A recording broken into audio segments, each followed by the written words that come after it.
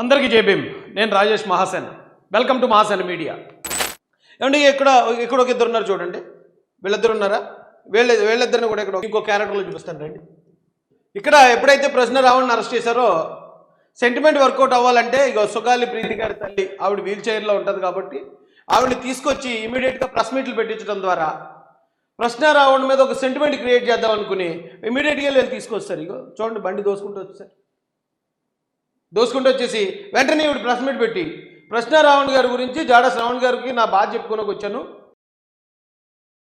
ఈరోజు నేను గన్నవరంకి రావడానికి ముఖ్య కారణం నా కడుపు బాధ, నా కడుపులో ఉన్న ఆవేదన కక్కడానికి ఇక్కడ రావడం జరిగింది. మొదటిగా మరి రావణ్ గారిని, ప్రశ్న యూట్యూబ్ ఛానల్ నడిపే రావణ్ గారిని, తర్వాత జడా శ్రావణ్ కుమార్ గారిని కలిసి ఏదైతే పవన్ కళ్యాణ్ గారు మాకు మాట ఇచ్చి మరి మోసం చేశారు, ఏదైతే మరి మాట ఇచ్చి మాకు హ్యాండ్ ఇచ్చారో సుగాలి ప్రీతి కేసు ఫస్ట్ కేసు సంతకం అన్నారు, అలా మీరు కూడా రావణ్ గారిని మరి అదే విధంగా శ్రావణ్ గారిని మీరు సుగాలి ప్రీతి కేసును మధ్యలో వదిలేయకండి అని అడగడానికి వచ్చాను. ఇప్పుడు దాకా ఆవిడ మీద చాలా కన్సర్న్ ఉండేది, కానీ ఎప్పుడైతే ఆవిడ వచ్చి మొత్తం ఈ పెయిడ్ ఆర్టిస్టులు అందరితో పాటు ఆవిడ కూడా పెయిడ్ ఆర్టిస్ట్ అయిందో, నిజంగా ఒక కూతురు కోసం ఒక తల్లి ఎన్ని సంవత్సరాలు పోరాడుతుంది అనుకున్నాం. కానీ మరుపు అనేది ప్రతి ఒక్కరికి ఉంటుందండి. ఖచ్చితంగా ఎంత కొడుకైనా, కూతురైనా, తల్లి అయినా, తండ్రి అయినా, భార్య అయినా, భర్త అయినా చనిపోయిన తర్వాత కొన్ని రోజులకు మర్చిపోతారు. కానీ ఇవిడు మర్చిపోకుండా ఇంత చేస్తుంటే ఇదంతా ప్రేమ అనుకున్నాం.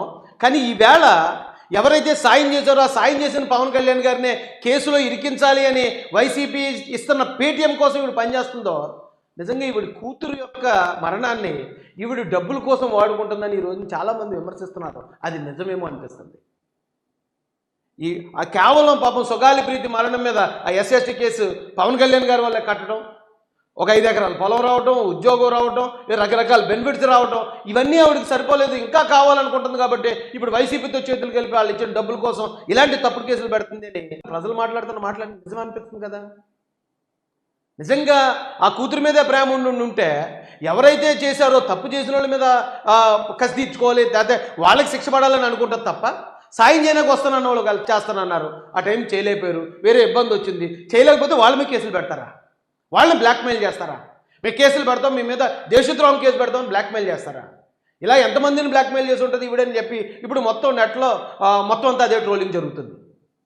ఈవిడ ఇలాగే వాళ్ళ కూతురు చావును ఉపయోగించుకుని ప్రభుత్వాలను బ్లాక్మెయిల్ చేస్తుంది, నాయకులను బ్లాక్మెయిల్ చేస్తుంది, డబ్బులు తీసుకున్న తర్వాత సైలెంట్ అవుతుందని చాలామంది ఆల్రెడీ పోస్టులు పెట్టేశారు. మరి చూసేవాళ్ళకి కూడా అది నిజం అనిపిస్తుంది కదా. ఎందుకమ్మా ఇలాంటి పనులు?